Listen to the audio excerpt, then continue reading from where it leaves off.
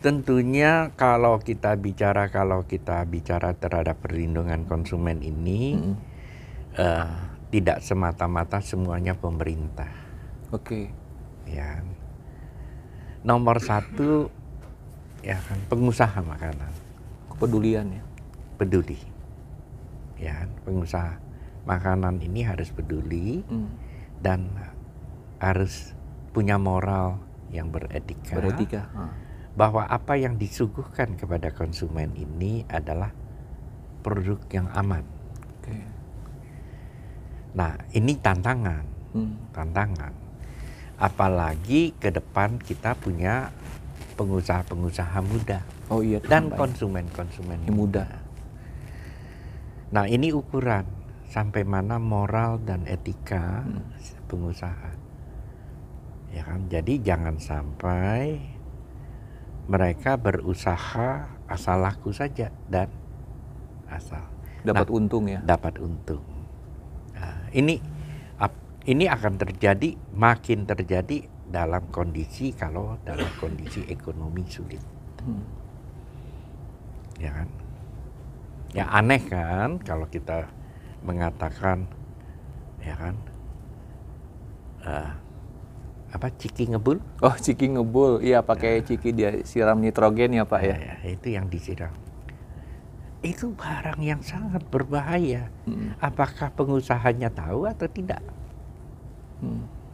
Jangankan hanya itu ya. Pak, di pinggir-pinggir atau di mal-mal kan banyak itu Pak. Ya kan? Benar. Nah, apalagi itu yang dijual sama anak-anak itu di dalam sedotan. Ya kan? Nah, mungkin pengusahanya tidak tahu. Kalau dia UKM, dia kemungkinan dia tidak tahu. Jadi diajarkan ya. Dia ya kan, dia coba-coba ngaku. Ya kan, cilakanya ini banyak korban. Banyak korban. Artinya dia mengkreasikan pasar untuk dokter kan dan rumah sakit. Iya. Yang untung itu farmasi. Kan dokter jasa. Ya kan? Rumah sakit obat itu yang untung. Jadi dia mengkreasikan konsumen obat. Nah, itu tidak benar. Ya kan? Sehingga pengetahuan sebetulnya pengetahuan ini ya kan sudah ada pelarangan dan batasan dari Badan POM. Ada. Dan itu bisa dibaca dan sudah secara elektronik. Ya kan? Akses melalui HP juga bisa. Web juga bisa. Websitenya ya kan? Nah, solusi yang pertama itu ya saya menghimbau itu. Coba pengusaha-pengusaha juga kecil, ya kan UKM, ya, rumah, industri rumah itu cobalah baca, ya kan apa yang ada dalam Badan POM, setidak-tidaknya peduli, ya kan, jangan sampai juga berusaha dan menghasilkan sesuatu yang tidak halal atau mencelakakan orang lain. Hukumannya berat itu. Saya kira itu salah kalau kita bicara dari sudut pengusaha. Ya kan? Nah, kalau kita bicara tentunya dari sudut kontrol, tentu peranan dari kontrol. Ya kan? Peranan dinas kesehatan, pihak yang terkait ya Pak. POM, ya yang terkait terhadap keamanan ini, ya kan, bagaimana mengontrolnya, ya kan, jangan hanya mengontrol yang ada di supermarket. Sekali-sekali lihat juga di belanja itu, pasar tradisional ya kan. Nomor 1 itu. Nomor 2, ya kan, konsumen juga bisa menjadi controller. Kalau konsumen itu merasa berdampak, ya kan, silahkan laporkan. Ada dua kan? Dia boleh lapor YLKI, ya kan? Atau bisa juga ke Badan POM, harusnya BPSK dibuka. sendiri ya? BPSK itu kan Badan Penyelesaian Sengketa Konsumen, itu tersendiri dia, kalau itu. Tapi ini kan hal-hal ya kan yang dialami melalui UKM, ya kan, semuanya kan ada PRT-nya juga, ya kan.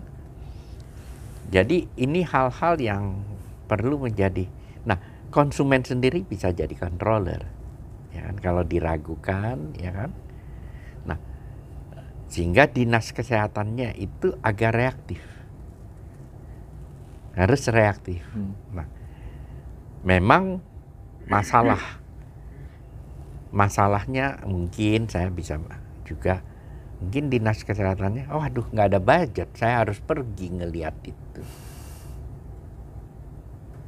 ya kan. Tapi kalau peduli terhadap perlindungan konsumen, dia apapun juga saya peduli. Ya, saya tidak mau generasi anak-anak saya, anak bangsa ini begitu, ya kan. Nah, ada dua, belum tentu si pengusahanya ngerti dan tahu. Tapi kalau kayak Ciki ngebul itu, ya kan, nah, itu level tingkat yang lebih tinggi itu, Pak. Tinggi sebetulnya. BP POM ya kan. Jadi itu harusnya bisa. Nah, seberapa reaktif badan kontrol ini, ya kan, ini kan kepada ya kan, komplain konsumen, ya kan. Saya kira itu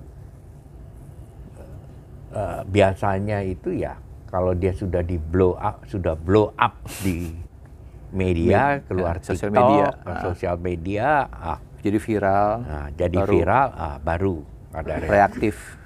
Ya kan, sebetulnya ya kan, peduli lah di dalam posisi. Berarti masih harus ada tanggung jawab masing-masing ya Pak? Ya. Keterkaitan. Saya kira itu menjadi, ya kan, tanggung jawab bersama. Tanggung jawab bersama.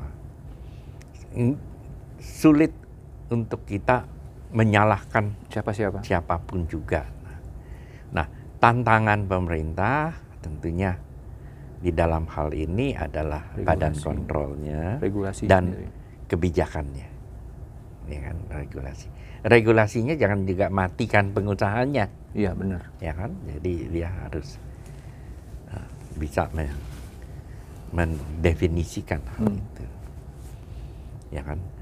Saya kira itu hal-hal yang perlu menjadi perhatian di bidang pangan ini, ya kan.